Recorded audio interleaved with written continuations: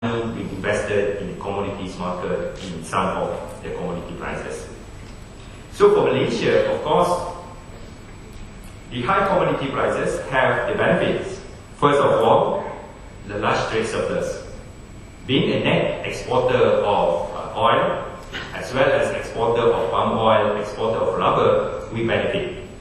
Today, close to 70% of our current account surplus is attributed to export of these commodities. The second benefit is in terms of rising incomes of the farmers, rising income of the smallholders. Actually, if you go to the Felda and Petra settlements, you could see this. Their income has, some of them has quadrupled.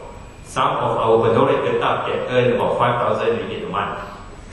If they have a bigger land, they can even earn about 10,000 ringgit a month.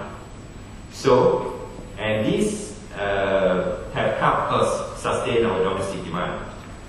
And of course, the revenue from for the government, government's revenue coming from Petronas has also increased. Nevertheless, the cost. What is the cost? The first is inflation. Second is the whole issue of subsidies that we are grappling with today. So on that. So under that situation, where is the Malaysian economy? The Malaysian economy, first of all, let me be clear that we are entering this very difficult period of the global economy that is facing rising inflation, higher commodity prices, very weak international financial system, in the position of strength. Since the financial crisis, we have done a lot to transform the Malaysian economy. Our banking system has gone through a massive transformation, and today is in a very strong position. In addition to that, we have also diversified our growth. More and more our growth is coming from domestic demand. While we continue to rely on export domestic demand, that is private consumption, the household consumptions as well as private sector investment are playing a more active contribution to growth. And then at the same time, we have also diversified our export markets.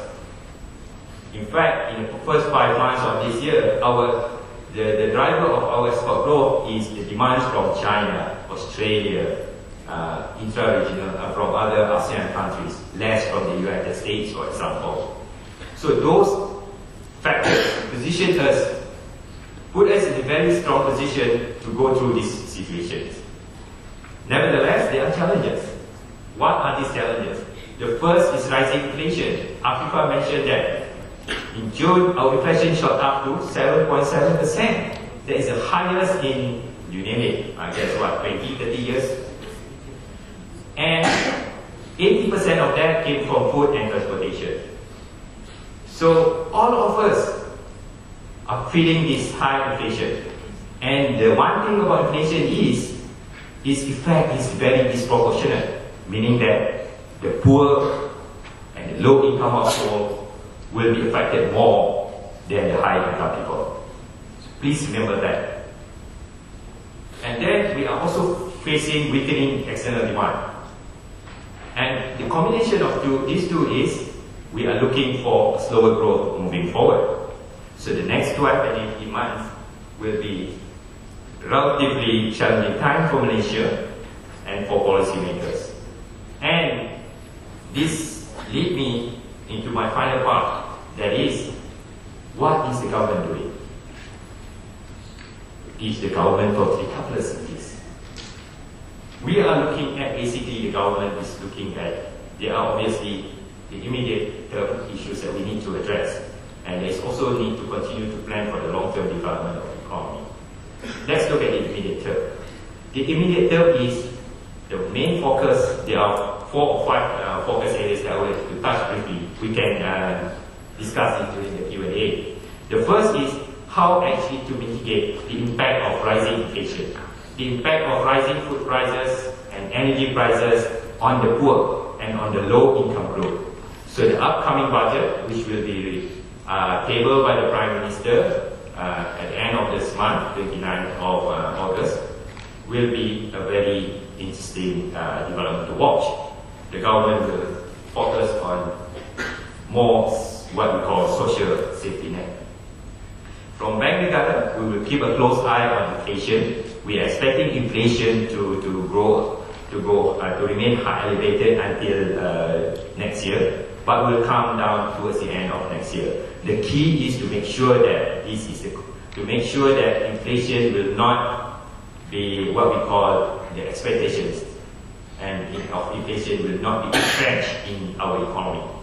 Because if we have a situation where inflation is entrenched in the economy, it's very, very difficult to bring it down. We have heard of hyperinflation situations in Germany, for example, after the World War I. Some of you may have read about what's happening in Zimbabwe, where, $1 million or the inflation rate is at $1 million rate, So, meaning that prices change almost on not only daily, but I think by hourly basis. The point about this is we have to ensure that inflation will not be entrenched in our society. Inflation is bad news. And as I mentioned, inflation is disproportionately will affect the poor more. So that is why we are very particular about inflation. And thirdly is to maintain the confidence, the overall confidence among the households, among the public, among the business community, and among the investors. So that is key. And finally is to sustain employment.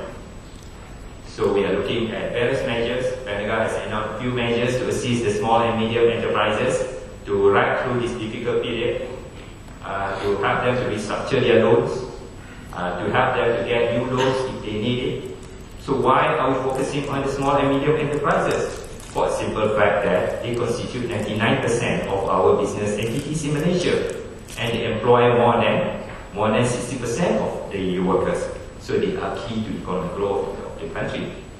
So those are 4 key areas of focus that the government is giving priority to help the country, go through this difficult period of time. Nevertheless, why we are optimistic that Malaysia can back this through? We are in a different situation than the 90s, when we entered the crisis, the financial crisis. Today, our economic fundamentals are strong. We are in a current account surplus position. Our current account surplus is 15%, 1/5 of our GDP. And our international reserve is at $120 billion, so it's large. Our banking system is much, much stronger. And as mentioned, that is key. Because once your banking system is weak, and this is what we are seeing in the US in particular, it's very difficult to get out from the economic slowdown until and unless you address the weakness in the financial institutions. And our banking system is very strong. And what are other fundamentals? The government also has flexibility to implement policies. And the government is committed towards ensuring that the poor and the household, the low-income households, are being assisted to face with rising food and energy prices.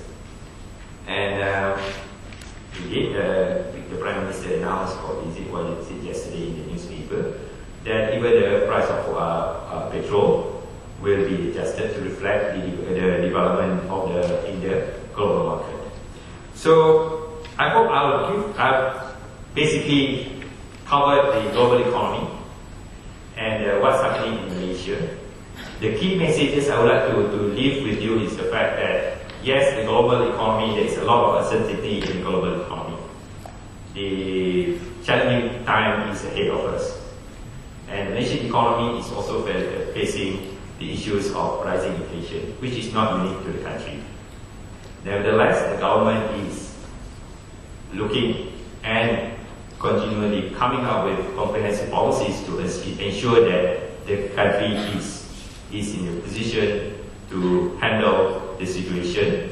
And we are confident that after this maybe difficult time period, we will come out and emerge stronger. Thank you very much.